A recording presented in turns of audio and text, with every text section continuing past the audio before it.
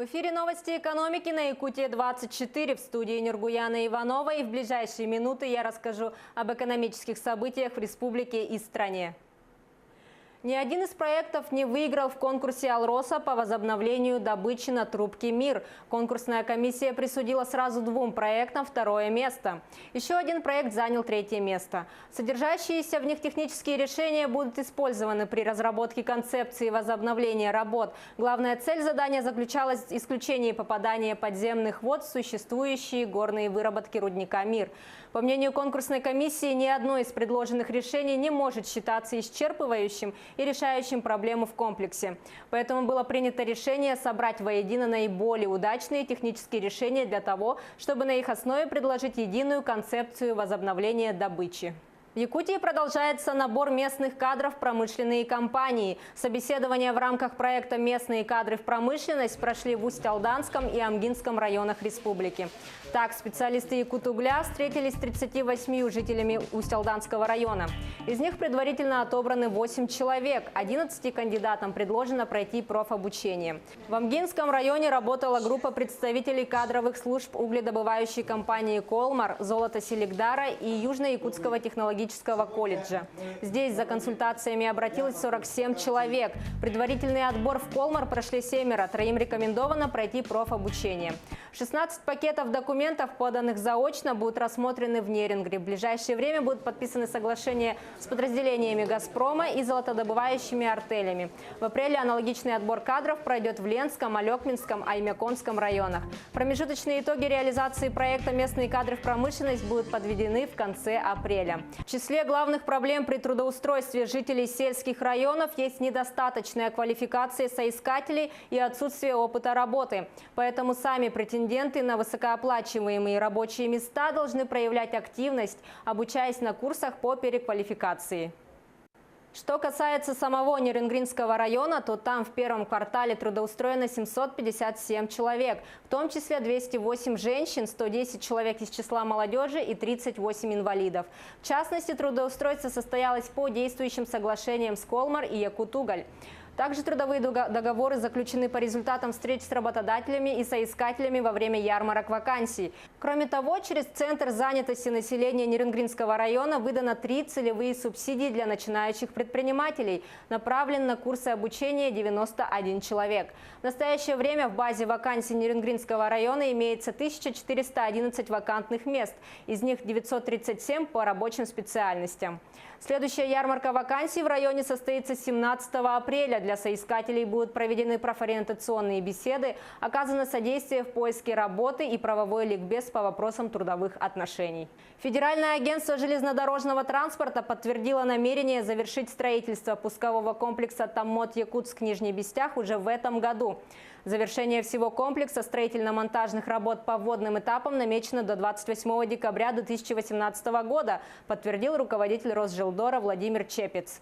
Согласно плану-графику госзакупок, 6 апреля завершится конкурс и определится новый подрядчик, с которым в течение 10 дней будет подписан госконтракт на завершение строительства пускового комплекса. В федеральном бюджете на этот год предусмотрены средства в объеме 1 миллиарда 951 миллиона рублей.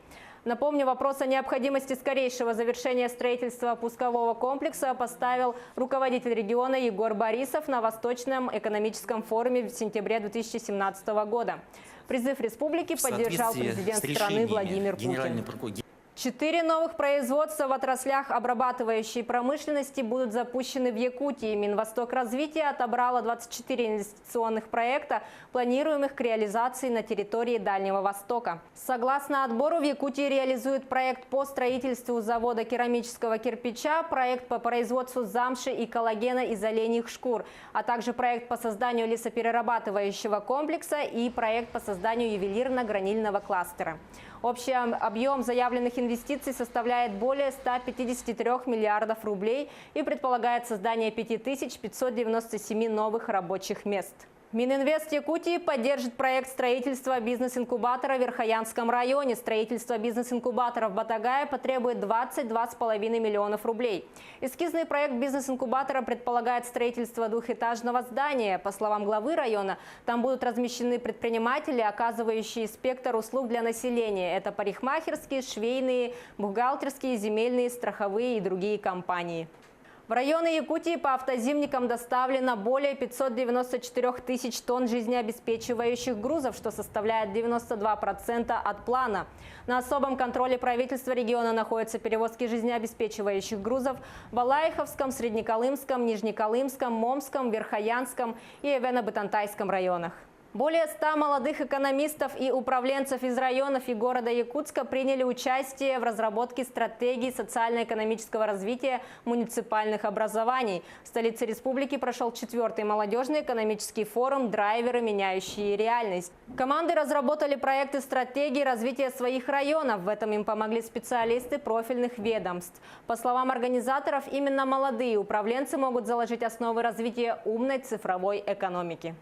В России с 1 апреля проиндексировали социальные пенсии. Выплаты увеличатся на 2,9%, что составит примерно 255 рублей. Таким образом, средняя социальная пенсия в России вырастет до 9 тысяч рублей. Средний размер социальной пенсии у детей-инвалидов и инвалидов с детства первой группы увеличится на 378 и 382 рубля, что составит 13 410 и 13 556 рублей.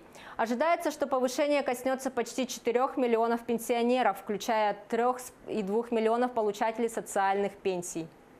Минфин предложил сделать дороже перелеты через Москву и стимулировать воздушное сообщение между регионами. Для этого ведомство предлагает обнулить налог на добавленную стоимость для рейсов между региональными аэропортами и повысить для полетов через Москву. Сейчас для всех внутренних рейсов налог составляет 10%. Изменить НДС планируется до конца 2022 года. В 2017 году было перевезено 62,7 миллионов человек, и только четверть между регионами, остальное через Москву. При этом многие соседние регионы не имеют авиационного сообщения между собой. Рейсы следуют только с пересадкой в столице. На этом у меня все. Оставайтесь в курсе экономических событий на Якутия 24.